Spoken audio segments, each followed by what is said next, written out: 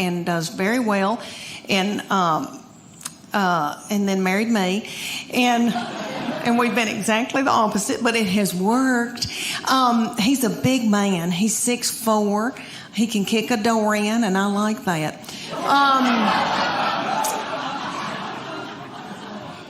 He works like a dog, and he loves a baby. Let me tell y'all that he is a baby cuddler at East Tennessee Children's Hospital. He cuddles the drug-dependent babies every week of the world as a volunteer. I know, sweet. He didn't help me with mine.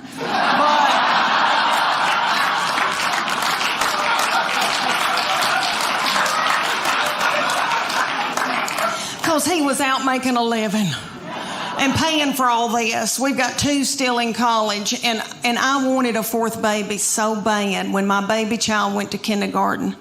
I nearly grieved myself to death. I thought, Lord, what am I going to do with all this time on my hands? I hope I don't get hooked on whiskey and start honky-tonking. And about 3 weeks into her going to kindergarten, I was like, woohoo! Woohoo! Now I can go get a pap smear without somebody sitting on my head.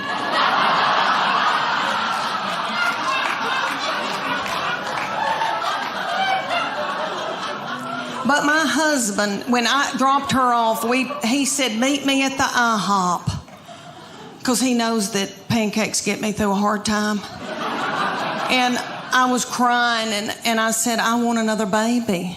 And he said, why don't you get a job?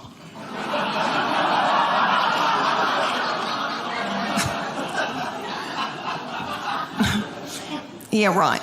So I said, I want a 4th baby. And he said, y'all are sucking the financial life out of me.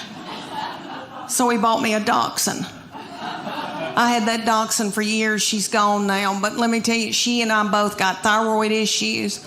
She had cushions. I was walking her in our neighborhood one day, and a little girl came out in her driveway, and she said, can I pet your groundhog? Oh, y'all. So about my husband. All right, so my husband is a big man and is 6'4". I'm 5'8". We breed big kids. And we wanted them to be in sports and when they were growing up, and so we made them do all kinds of mess they didn't want to do. And we put our boy, when he was little bitty, we put him in T-ball. He hated it. I don't know if any of y'all have had a baby play T-ball, but for those of you who don't know, T-ball season, it's about 110 degrees outside. It's little children that are 4, look like they've got a diaper on under their baseball pants or a pull-up. The games last about 3 hours. Nobody ever hits the ball, throws a ball, catches a ball, makes contact with the ball. My baby laid in a fetal position in the outfield the entire season. He never touched a ball. Every once in a while, he'd pop his little head up and say, water. One game, it was so hot, and I told the middle one to go out and take her brother a water bottle. She was about 2.5, and she went walking out there with a tutu and a crown and a wand and her pink prostitute shoes from Walmart. She walked about halfway, stopped, got a glazed look over her eyes, pulled her little panties to the side, and pooped in the T-ball field. She really did. So I had to run out there and get a stick and flick it into the woods because I didn't want another child to step in it or think it was a milk dud. He would not play sports for several years because of that trauma. And then ended up playing football and cross country and a bunch of stuff, and still he likes to mountain bike and hike and do scary things, but he likes to come, out west to do it. And he's a fly fisherman. Can y'all tell I'm in love with him? Okay. Okay. All right, about the sports. I played sports. I wanted them to play sports too. I know y'all are thinking, you sissy thing, you did not. But I played basketball. Thank you. I need that. It was the early 80s when I played, and I had really big hair. I used to hot roll my hair to play ball. We all did. Okay, and I'm from such a little bitty farming community, and it's 500 people in Middle Tennessee, and we didn't know what waterproof mascara was. So by the end of my games, I looked like, say if Tammy Wynette and Alice Cooper had a child together.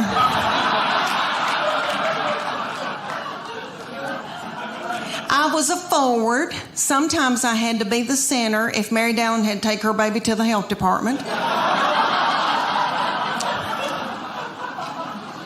My husband is very smart, does very well.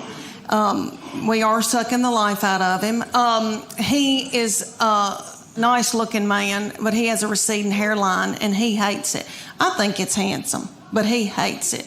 So I said, why don't I take you to my hairdresser, and we'll get her to buzz you one of those haircuts real close to your head, like Justin Timberlake. You know what I mean? Like real close to the head. Well, we did it, and we didn't know his head was pointed.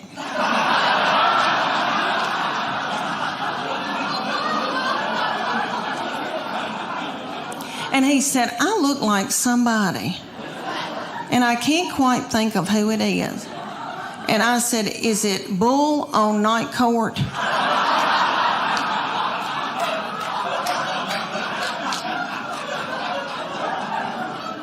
He said, no, that's not who I was thinking about. And about 3 days later, he said, I know who it is. It's that lazy starfish Patrick on SpongeBob SquarePants. Let me tell y'all that I am a mama, and I have 3 children that I'm in love with, and I am now an empty nester. I have 2 in college and 1 married. And you think I'd look forward to being an empty nester. Some people go, woo. I don't feel woo. I miss them. My husband misses them. I found Netflix when the last one left, my baby child, she's now 20, when she left, I took to the bed. And I ate chocolate-covered blueberries that you get at Target. And I found Netflix, and I binged watched Scandal. Have y'all seen Scandal? That first season, the chemistry between the 2 main characters, I think something's really going on. Anyway, it set me on fire. And so I laid up in the bed and watched that and ordered Jimmy John's from my bed. And my husband said, are you all right? But I ended up getting sciatica from laying in the bed. I didn't get bed sores. I got sciatica, and then ended up having to get physical therapy that cost $1,000 because of my deductible. But anyway, I grieve so much over my kids being gone. All right, so when my husband gets home, he's as sad as I am. When he gets home, we just stare out into space. And he's very quiet. He's an introvert. He doesn't talk. He doesn't chat. So I just sit and talk to myself. And we have 2 beagle hounds, and we just sit and kiss them in the mouth. And they are yummy. And we go to bed. And a lot of y'all look really young in here, and I'm going to scare y'all to death. But I'm going to tell y'all... look at these young girls right here. I'm going to tell y'all what your future is going to be, okay? All right, when you get to be about your mid-40s, you're going to start a thing called perimenopause. It's before you go through menopause, and it makes you crazy. And you sweat in the bed at night.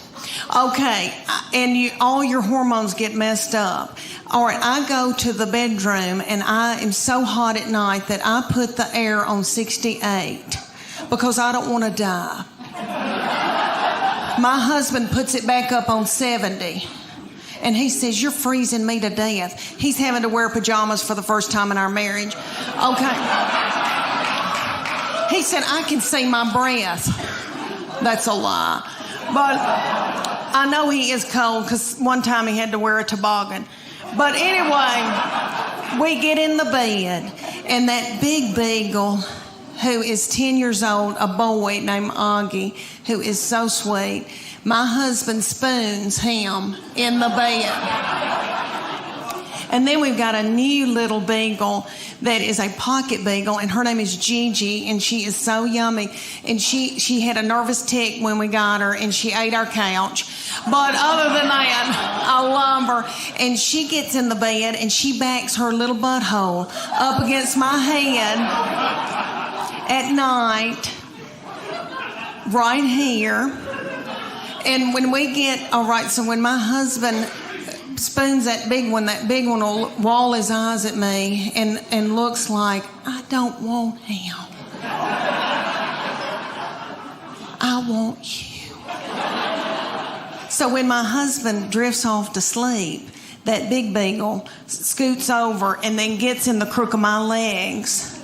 So through the night, I break out in a sweat because I'm in perimenopause, and it's right here in the back of my neck. Dr. Oz said it.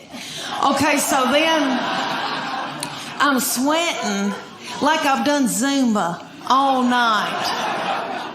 And my husband snores. It depends on if he's put on weight. If he's stressed out at work, he'll put on weight. He'll eat a bunch of white flour.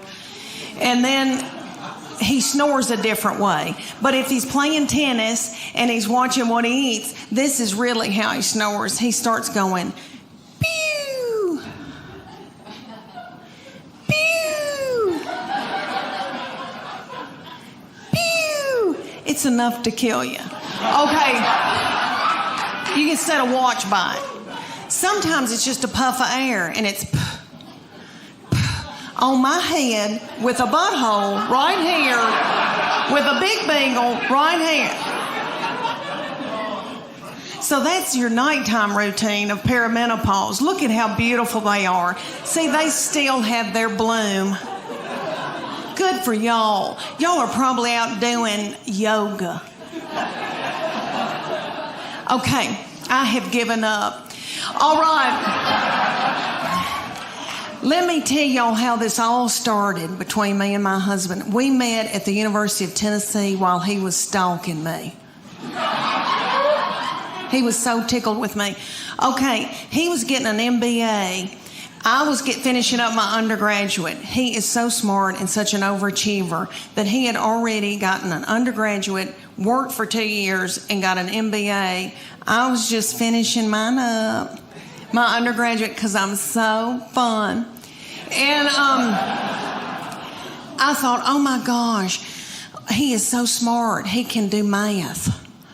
He can reconcile a checkbook.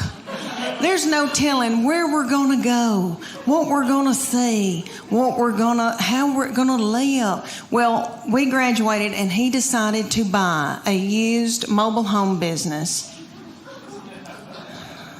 in Bean Station, Tennessee.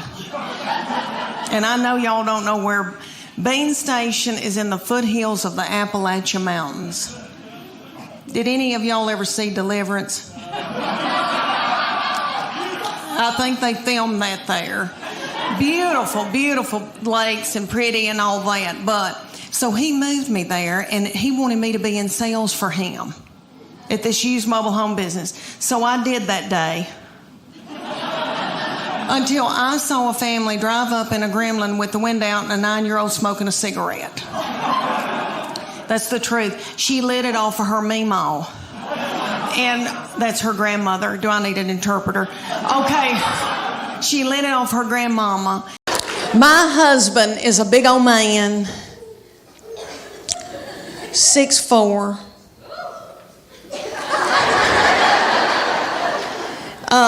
Very Superman-like, broad shoulders, narrow hips. He weighs about 230, 250 if we're all on gluten. I am 5'8". I'm a big girl, and we breed big kids.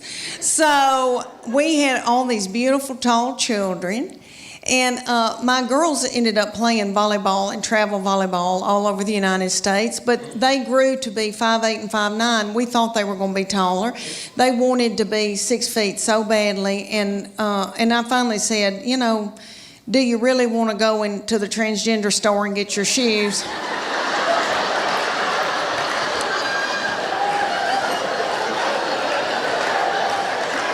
You know.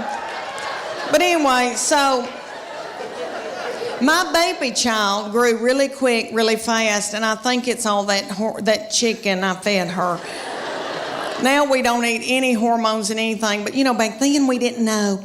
So anyway, she grew really quick, really fast, and in elementary she was about 5'5", 5'6", and so she was taller than all the little children and the principal and all the teachers. And she hated it, was so self-conscious. But the good news is very athletic, very strong. And so all these teams around East Tennessee would call me and ask me, can she play goalkeeper for me in soccer? I'll buy her an iPhone. I'm not kidding. Can she play basketball for me? Because you just didn't see girls that tall and that strong and at that age. And I felt like LeBron James's mama. Is that him? LeBron James, little mama. And I lived through her. And I made her do all of that. And she hated it. She hated it. And so one day she came to us and she goes, I'm sick of all this and I'm not doing it anymore. She said, I want a cheer. I said, well, baby, we're big people. And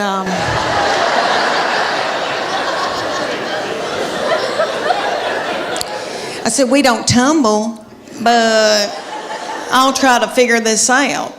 So I found out in the United States there's called competition cheer. And we have it here in Knoxville. It's called the Sharks. They start out with the little tiny babies. It goes from 5 to 18. So the little 5-year-olds come out and they are yummy. And you could eat their lips off. And they've got little bitty skirts on about the size of a napkin. And they come out to Beyonce's All the Single Ladies.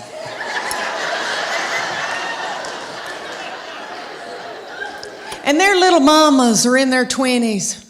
And they're not bitter yet. And they're in the front making every move that their little children are making. Because those little children are babies and they need to be at home breastfeeding. They can't remember their act. So they go all the way up until they get to my baby's age, and my baby comes out, reef sharks. And for 2.5 minutes, my baby throws little children up in the air.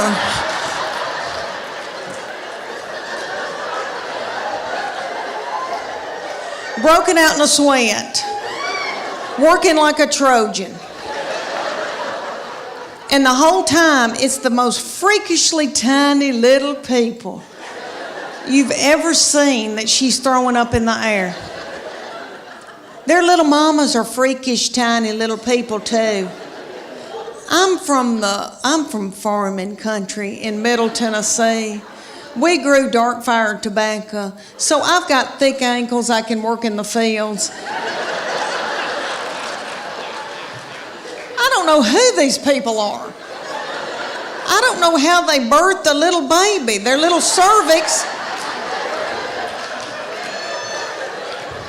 So these freakishly tiny little children are up on top, and the whole time she's throwing them in the air, they're doing this.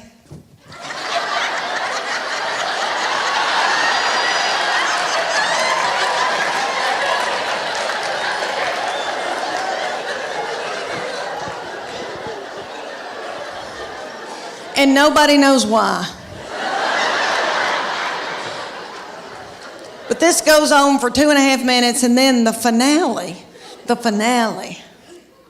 All the little children hunker down on the stage, and the finale was my baby. They had my baby hop up out of that crowd with a child's foot in her hand.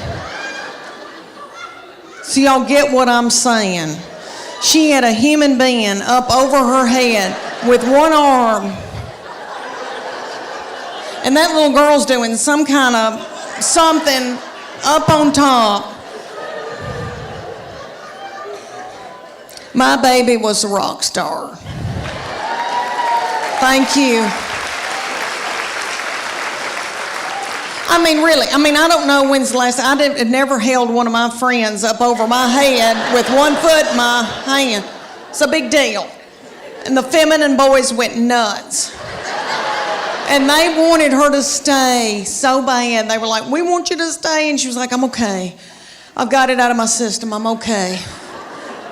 She said, but I'm keeping this whore outfit. She still has it. She says she's going to get married in it. But anyway, so this baby, let me tell y'all about her.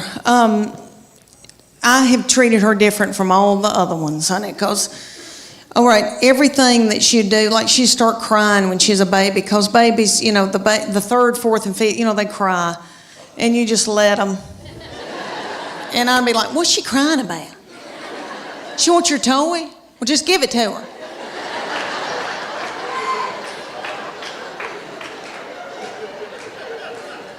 I can't deal with it. I remember saying one time, you want those knives to play with? Okay. What? Okay. When she was at getting her driver's license, so different from when the first one got his. Honey, he got his, and we were so strict with him. We'd say, you can go to school, but you got to call us when you get there. You can only come home. And then after 6 months, we were like, you can go to Steak and Shake. And then you got to come home. So strict. Then the second one didn't care anything about driving, really didn't start till she was close to 17. Well, this baby wanted hers the day she turned 16. I didn't think she was going to pass it because she doesn't care. So, but she did because she's smart. All right, let me tell you, she's one of those kids that, I know y'all know people like this. Like if I gave her $20 and said, make it to New York tonight, she would do it and have money left over. Like she's, you know, people like that, like got it up. Okay. So she passed that test. I was so mad because I thought, oh, I'm not going to have a baby in the car with me anymore, even though when they're in middle school and high school, isn't that aggravating? When they turn that radio up and it's blasting and I don't like that song and booming and a-doing, and then I'm trying to drive and I feel like when I can't hear, I can't see. Oh, I don't know. It's awful. But she went and got that darn driver's license, and this is how different it was raising her from the first one and the second one. She got that driver's license. My husband and I were sitting there at night, and he said, where is she? And I said, I don't know.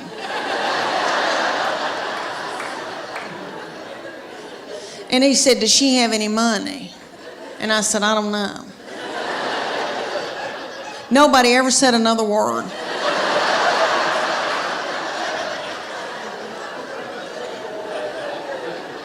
We still don't know where she went. My husband is a big old man, 6'4".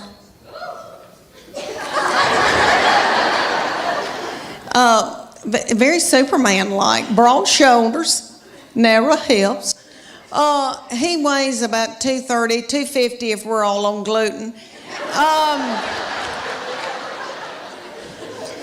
I am 5'8". I'm a big girl, and we breed big kids. So we had all these beautiful, tall children. And my girls ended up playing volleyball and travel volleyball all over the United States, but they grew to be 5'8" and 5'9". We thought they were going to be taller. They wanted to be 6 feet so badly, and I finally said, you know, do you really want to go into the transgender store and get your shoes?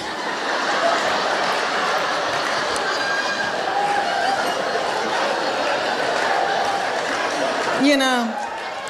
But anyway, so my baby child grew really quick, really fast, and I think it's all that chicken I fed her. Now we don't eat any hormones and anything, but you know, back then we didn't know.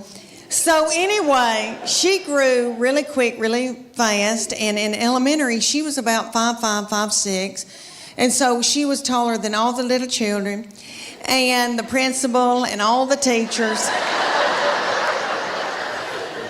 And she hated it, was so self-conscious. But the good news is very athletic, very strong. And so all these teams around East Tennessee would call me and ask me, can she play goalkeeper for me in soccer? I'll buy her an iPhone. I'm not kidding. Could she play basketball for me? Because you just didn't see girls that tall and that strong and at that age. And I felt like LeBron James's mama. Is that him? LeBron James, little mama.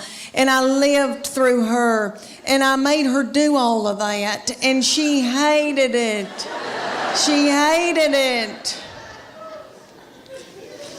And so one day she came to us and she goes, I'm sick of all this and I'm not doing it anymore.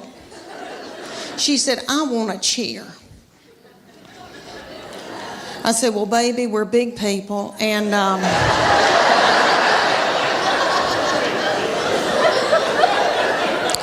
I said, we don't tumble, but I'll try to figure this out. So I found out in the United States there's called competition cheer.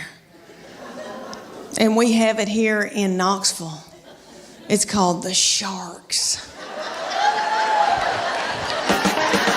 So they said, you're going to, for 10 weeks, you're going to do CrossFit 3 days a week, and you're going to do the paleo diet. The paleo diet is what God put upon this earth to sustain us. And He knows what we need. So it's lean meats, fruits, vegetables, nuts, berries, and seeds.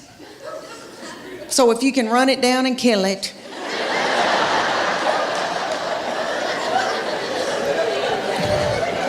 dig it out of the ground, pick it off of a bush, you can eat it. That means no dairy, no grains of any kind. But when they take you lean meats, fruits, vegetables, nuts, and berries, you think, that's not so bad. Okay, but no dairy, no grains. When's the last time anybody in here got off of white flour? Anybody, can you clap? Can you clap or are you too weak?